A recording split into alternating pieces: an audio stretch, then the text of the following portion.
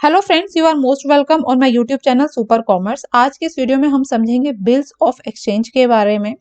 ये क्लास 11 का काफी इंपॉर्टेंट टॉपिक है और यह टॉपिक आपको तभी समझ में आएगा जब आपको इसका बेसिक थ्योरी समझ में आएगी।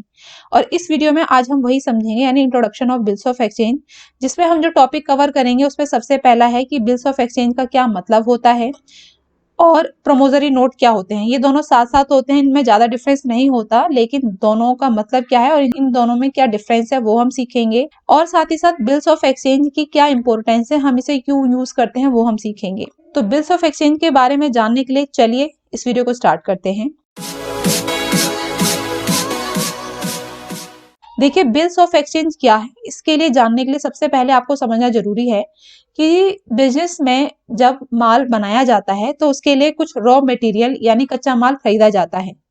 और वो जो रॉ मटेरियल होता है वो या तो कैश में खरीदा जाता है या फिर उधार में। अगर बिजनेस कैश में खरीदता है तो कोई प्रॉब्लम नहीं हुई है, यानी माना आप हो और आपका एक बिजनेस है, तो आप जब माल खरीदने जाते हो तो आप बायर बन जाते हो और आपने जिससे माल खरीदा है वो सप्लायर बन जाता है या फिर सेलर होता है।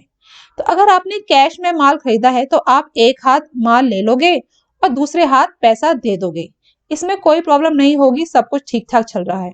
लेकिन अगर माल उधार खरीदा जाता है, उधार मतलब आपने माल तो ले लिया लेकिन बदले में आपने पैसे नहीं दिए, तो भी यहाँ पर प्रॉब्लम क्रिएट होती है कि जो सेलर है, जो बेचने वाला है, उसके माइंड में ये डाउट हो सकता है कि क्या फ्यूचर में उसको अपना पैसा मिलेगा या नहीं मिलेगा। भाई, आपने तो माल खरीद लिया लेकिन 2 महीने बाद 3 महीने बाद इसकी क्या गारंटी है कि आप पैसा चुका ही दो। चलो माना आप ईमानदार हो, सप्लायर के पास तो कई सारे बायर आते हैं, कोई दूसरा बेईमान निकल गया तो ऐसी कंडीशन में एक प्रूफ होना चाहिए सप्लायर के पास जो यह सुनिश्चित करे कि फ्यूचर में उसको पेमेंट मिल ही जाएगी। जो बिजनेसमैन अच्छे होते हैं या जिनकी मार्केट में रेपुटेशन होती है उनको तो इजीली उधार पर माल मिल जाता है, लेकिन जो बिजनेसेस न्यू होते हैं, न्यू स्टार्टअप्स होते हैं या फिर ऐसे बिजनेसेस जिनकी मार्केट में रेपुटेशन अच्छी नहीं होती, उनको इजीली उधार माल नहीं मिलता। क्यों? क्योंकि सप्लायर्स के मन में डाउट होता है कि फ्यूचर में या तो पेमेंट डिले हो सकती है या फिर पेमेंट हो ही ना। तो इस प्रॉब्लम को सॉल्व करने के लिए एक इंस्ट्रूमेंट यूज किया जाता है जिसको बोलते हैं हम इंस्ट्रूमेंट ऑफ क्रेडिट। इससे क्या होता है कि जो सेलर है, जो माल बेचने वाला है, उसको ये विश्वास हो जाता है कि फ्यूचर में उसको पेमेंट अपनी मिल जाएगी, उसको अपना पैसा मिल जाएगा। यह जो इंस्ट्रूमेंट है यानी क्रेडिट इंस्ट्रूमेंट, ये अब से नहीं काफी टाइम से यूज हो रहा है और पहले हम इसको हुंडी बोला करते थे, लेकिन अब हम इसको बिल्स ऑफ एक्सचेंज या फिर प्रोमोजरी नोट बोलते हैं। यानी क्रेडिट ऑफ इंस्ट्रूमेंट दो तरह के होते हैं, एक तो बिल्स ऑफ एक्सचेंज और प्रोमोजरी नोट। तो पहली चीज आपको पता चल गई कि बिल्स ऑफ एक्सचेंज और प्रोमोजरी नोट दोनों ही क्रेडिट इंस्ट्रूमेंट होते हैं जो कि उधार माल खरीदना और बेचना उस प्रोसेस को इजी बनाते हैं और सप्लायर को यानी सेलर को विश्वास दिलाते हैं कि फ्यूचर में उनको उनका पैसा मिल जाएगा। लेकिन इन दोनों का मतलब क्या होता है और इन दोनों में क्या डिफरेंस होता है वो हम देख लेते हैं। तो देखिए, बिल्स ऑफ एक्सचेंज और प्रोमोजरी नोट दोनों ही रिटर्न डॉक्यूमेंट होते हैं, यानी लिखित ये इंस्ट्रूमेंट होते हैं। जो बिल्स ऑफ एक्सचेंज है वो एक अनकंडीशनल ऑर्डर होता है, यानी इसमें आदेश दिया जाता है। किस चीज का आदेश? कि एक फिक्स्ड डेट को फिक्स्ड अमाउंट पे किया जाएगा। किसके थ्रू? बायर के थ्रू। यानी बिल्स ऑफ एक्सचेंज का मेकर कौन होता है? सेलर होता है। यह भी हम समझेंगे, लेकिन उससे पहले हम देख लेते हैं प्रमोजरी नोट क्या होता है। प्रमोजरी नोट अनकंडीशनल प्रॉमिस होता है। तो ये दो वर्ड आप याद रखना, bills of exchange is an return order और promissory note is a promise, return promise. किस चीज का प्रॉमिस?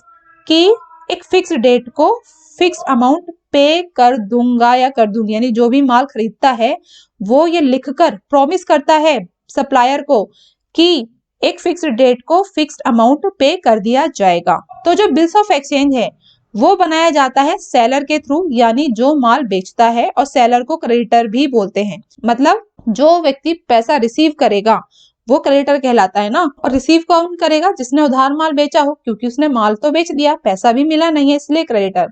आपको कंफ्यूजन ना हो और क्रेडिटर भी आपके माइंड में रहे, इसीलिए मैं तीनों वर्ड यूज कर रही हूँ ताकि आपको याद करने में आसानी हो। सप्लायर, सेलर या फिर क्रेडिटर एक ही होता है। और बिल्स ऑफ एक्सचेंज कौन बनाता है? सप्लायर बनाता है। क्यों? क्योंकि ये एक ऑर्डर होता है। भाई, सप्लायर ही तो ऑर्डर देगा ना बायर को पैसे पेमेंट करने का। तो ये जब उस डॉक्यूमेंट को लिख लेता है सप्लायर, उसमें अपने साइन करता है, अपनी स्टैंप लगाता है, और जैसे ही वो साइन करता है सप्लायर क्या बन जाता है, ड्रॉवर बन जाता है। अब ये जो वर्ड है ये नया है आपके लिए, और बिल्स ऑफ एक्सचेंज में यही वर्ड यूज होगा, यानी ड्रॉवर, इसीलिए आपको यह भूलना नहीं है। लेकिन यहाँ तक अभी तक बिल्स ऑफ एक्सचेंज कंप्लीट नहीं हुआ है। अब डॉक्यूमेंट्स बना दिया गया है सेलर के थ्रू, उसने अपने सिग्नेचर भी कर लिए हैं। अब ये डॉक्यूमेंट जाएगा बायर के पास, बायर उसको पढ़ेगा, और अगर सब कुछ ठीक है तो वर्ड लिखेगा एक्सेप्टेड, यानी ये जो पर्टिकुलर वर्ड है एक्सेप्टेड, ये लिखना जरूरी है बिल्स ऑफ एक्सचेंज के डॉक्यूमेंट पर, और फिर उसके बाद वो बायर अपने सिग्नेचर करेगा। उसके बाद ही प्रॉपर तरीके से वो जो डॉक्यूमेंट है बिल्स ऑफ एक्सचेंज कहलाएगा। वहीं जो प्रोमोजरी नोट है उसको बनाने वाला कौन होता है, बायर होता है। क्यों? क्योंकि ये एक प्रॉमिस है, यानी बायर लिखकर प्रॉमिस करता है कि मैं एक फिक्स्ड डेट को फिक्स्ड अमाउंट पे कर दूंगा, और फिर वो उस पर अपने सिग्नेचर करता है। यहाँ पर प्रोमोजरी नोट हो गया कंप्लीट। लेकिन जो बिल्स ऑफ एक्सचेंज है वो कंप्लीट तभी होता है जब सेलर अपने सिग्नेचर करने के बाद उसको बायर के पास लेके जाएगा, और बायर एक्सेप्टेड वर्ड लिखेगा और अपने सिग्नेचर करेगा। उससे पहले वो ड्राफ्ट कहलाता है। जब बायर एक्सेप्टेड वर्ड लिखकर उस पर अपने सिग्नेचर कर देता है तो वो बन जाता है ड्रॉई। तो ड्रॉअर मतलब बिल्स ऑफ एक्सचेंज को लिखने वाला, और ड्रॉई मतलब बिल्स ऑफ एक्सचेंज को एक्सेप्ट करने वाला। ड्रॉअर मतलब सेलर, ड्रॉई मतलब बायर। अब जो बिल्स ऑफ एक्सचेंज और प्रोमोजरी नोट हैं दोनों ही प्रॉपरली स्टैम्प्ड होनी चाहिए, दोनों में स्टैंप लगनी चाहिए सिग्नेचर के साथ साथ, और ये दोनों लीगल डॉक्यूमेंट्स हैं जो कि रेगुलेटेड होते हैं अंडर नेगोशिएबल इंस्ट्रूमेंट एक्ट 1881 के अंदर। आई होप आपको यहाँ तक समझ में आ गया होगा कि बिल्स ऑफ एक्सचेंज एक ऑर्डर है जबकि प्रोमोजरी नोट एक प्रॉमिस है। दोनों ही अनकंडीशनल हैं और दोनों में ही एक फिक्स डेट को फिक्स अमाउंट पे करने की बात होती है।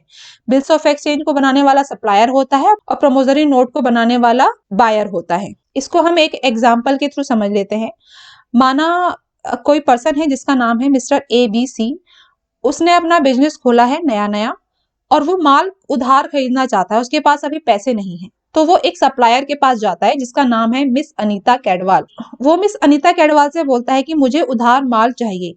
अब क्योंकि मिस्टर ABC मार्केट में नए हैं तो अनीता कैडवाल को नहीं पता कि मिस्टर ABC की रेपुटेशन कैसी है, इनकी फाइनेंशियल कंडीशन कैसी है। तो क्योंकि बिजनेस है, बिजनेस में तो भाई काम तो करना ही पड़ेगा, तो इसीलिए अनीता ने मना नहीं किया। अनीता ने गुड्स दे दिए मिस्टर ABC को, और जैसे ही ये क्रेडिट ट्रांजेक्शन होती है वैसे ही मिस्टर ABC बन जाते हैं क्रेडिटर और अनीता कैडवाल बन जाती है क्रेडिटर।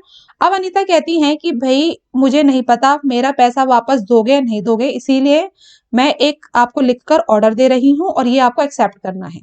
तो ऑर्डर मतलब बिल्स ऑफ एक्सचेंज। तो ये बिल्स ऑफ एक्सचेंज का स्पेसिमेन है। जितने अमाउंट का माल खरीदा गया है उतना अमाउंट वहां लिखा जाएगा। माना ABC ने 10,000 रुपए का माल खरीदा है अनीता से, तो 10,000 रुपए यहाँ पर आ गए।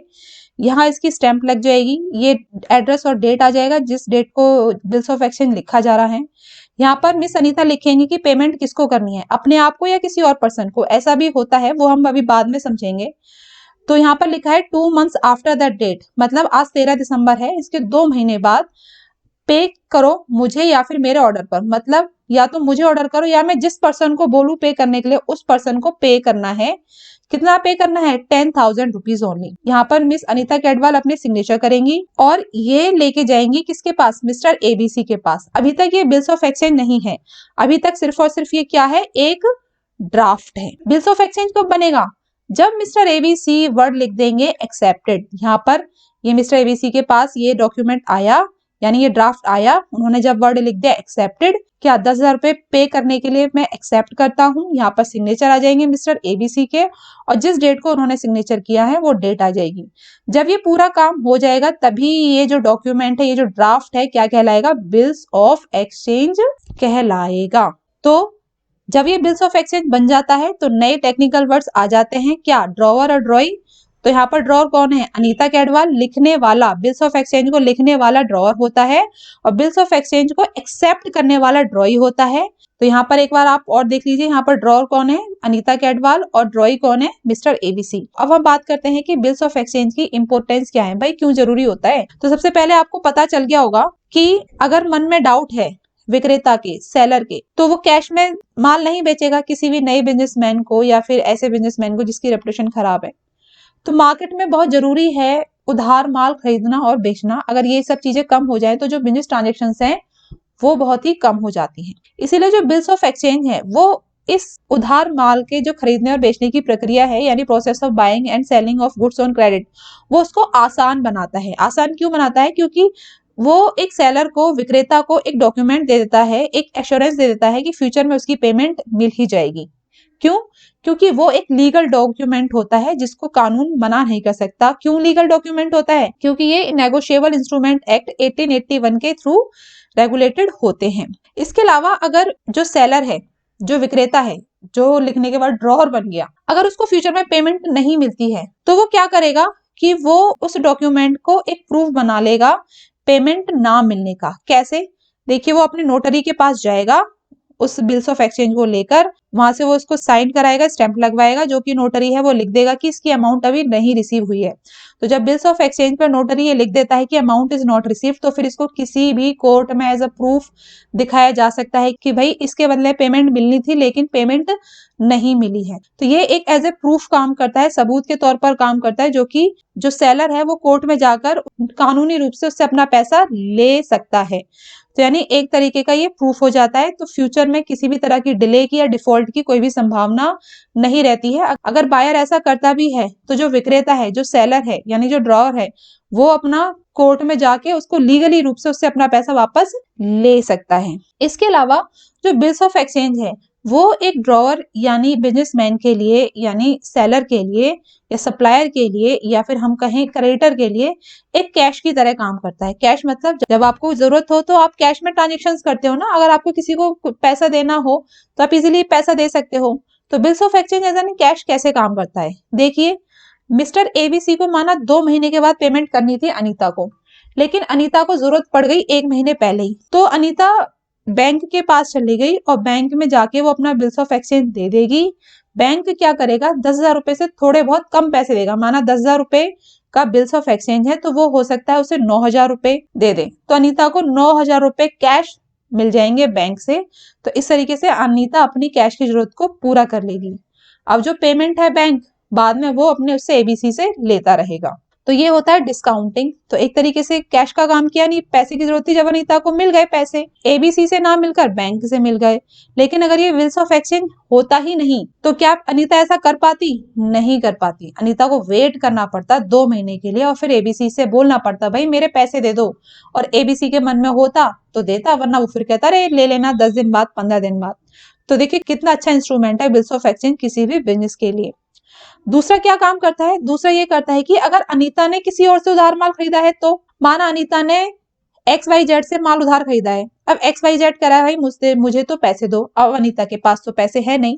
तो अनीता क्या करेगी, जो अपना बिल्स ऑफ एक्सचेंज जो कि ABC से लिया है वो उसको अपने क्रेडिटर को दे देगी।